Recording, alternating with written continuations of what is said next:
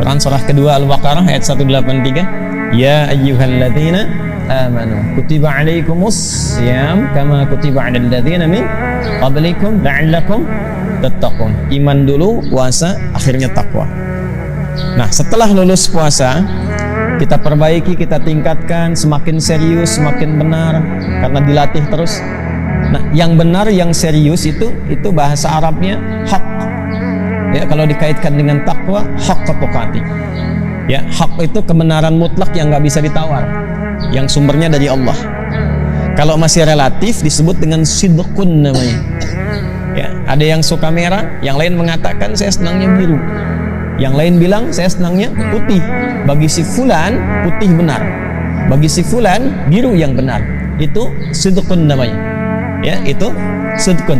Ma yahtamilu sidqa wal kadzib, sesuatu yang masih relatif. Tapi kalau kebenaran mutlak yang nggak bisa ditawar dan semua sepakat itu benar. Ya, matahari terbit di mana? Timur. Tenggelam di mana? Di barat. Kalau siang terang, malam gelap, itu kebenaran mutlak yang nggak bisa ditawar. Dalilnya jelas, terlalu jelas untuk ditolak. Itu hak namanya. Nah, semua yang bersumber dari Allah itu disebut hak, tidak pernah disebut dengan sidqun. Selalu hak. Manusia membenarkan disebut shadiq. Kalau terus membenarkan tanpa ragu disebut siddiq. Karena itu kenapa Abu Bakar disebut as-siddiq, karena membenarkan walaupun alasan apapun untuk membenarkan sesuatu yang jelas kebenarannya. Karena itu di Quran ketika kebenaran disandarikan kepada Allah itu menggunakan kata hak, bukan sidq.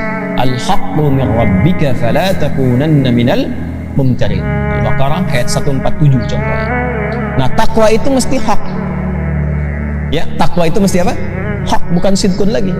Karena itu kalimat Qur'annya, firman Allahnya, ya ayyuhalladzina amanu taqullaha haqqa tuqatih.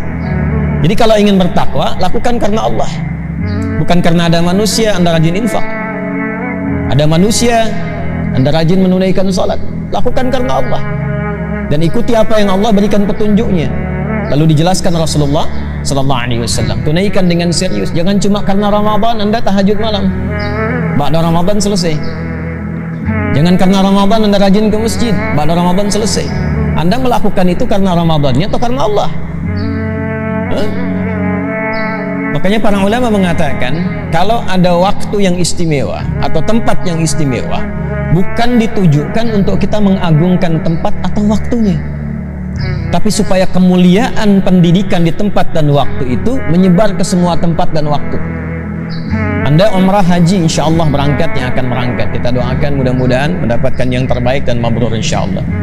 Yang belum berangkat kita doakan dipercepat insya Allah. Di Makkah dengan Madinah itu lebih semangat kan ibadahnya, ya. Nah, Makkah Madinah itu bukan untuk dikultuskan, tapi supaya berlatih di sana sehingga aura Makkah dan Madinah dibawa ke setiap tempat, sehingga kita merasakan semangat yang mendekati setidaknya walaupun tidak serupa.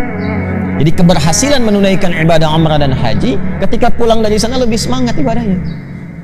Sama dengan Ramadan. Kalau Ramadan waktunya dibelikan Ramadan itu bukan sekedar kita untuk memfokuskan berlatih meningkatkan saat Ramadan, itu betul bagus. Tapi keberhasilan orang yang selesai dengan Ramadan adalah ketika dia membawa aura Ramadan ke setiap waktu walaupun suasananya tidak serupa.